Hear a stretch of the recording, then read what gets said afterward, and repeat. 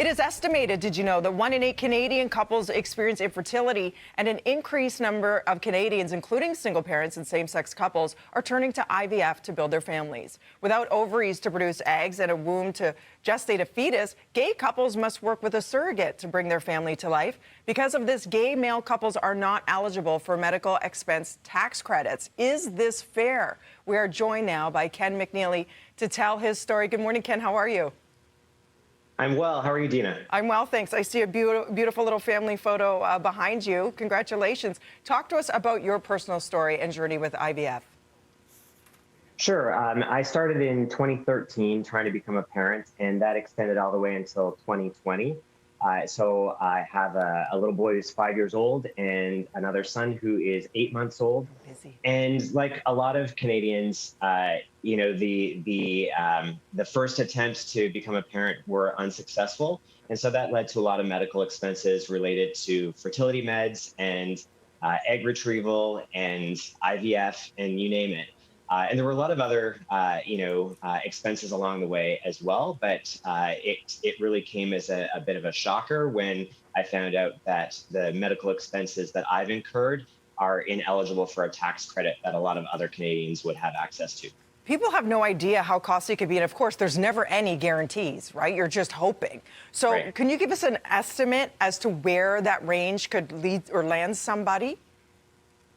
Yeah, I mean, I think people talk generally in terms of, if you had success every step along the way, you'd be probably talking at about 70,000 Canadian dollars. Wow.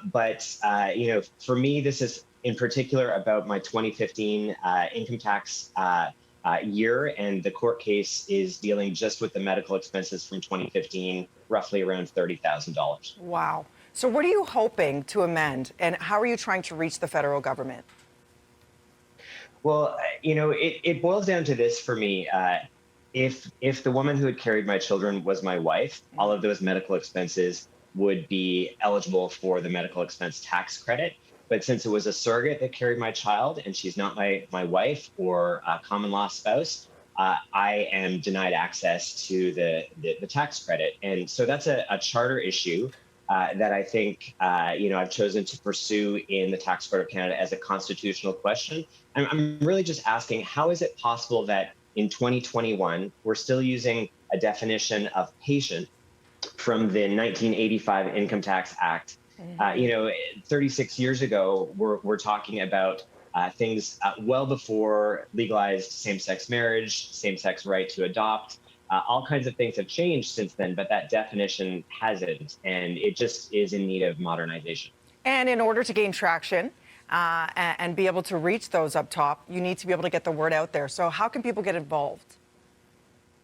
That's a great question. I think, right now I've had some success reaching out to members of the Liberal government, but I think people do need to apply pressure as well. A lot of people are celebrating Pride. I see so many Pride flags around Toronto right now. And I think people need to send an email to their MP and say, what's this all about? Like, we didn't even know this was a thing, but let's make sure it's no longer a thing.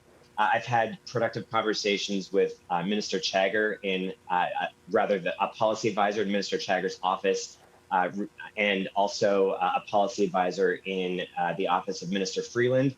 And they've assured me that they're already aware of these issues, that they're very much on their radar. And I've spoken with my own member of parliament about it, Nate Erskine-Smith, and he agrees this is inconsistent with the ethos of the Liberal government.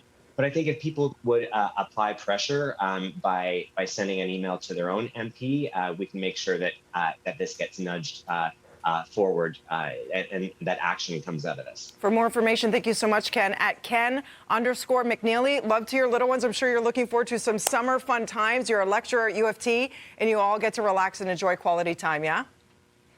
That's right. Yeah, thanks, Dina. Awesome. Take care. All right, coming up in the 8 o'clock hour.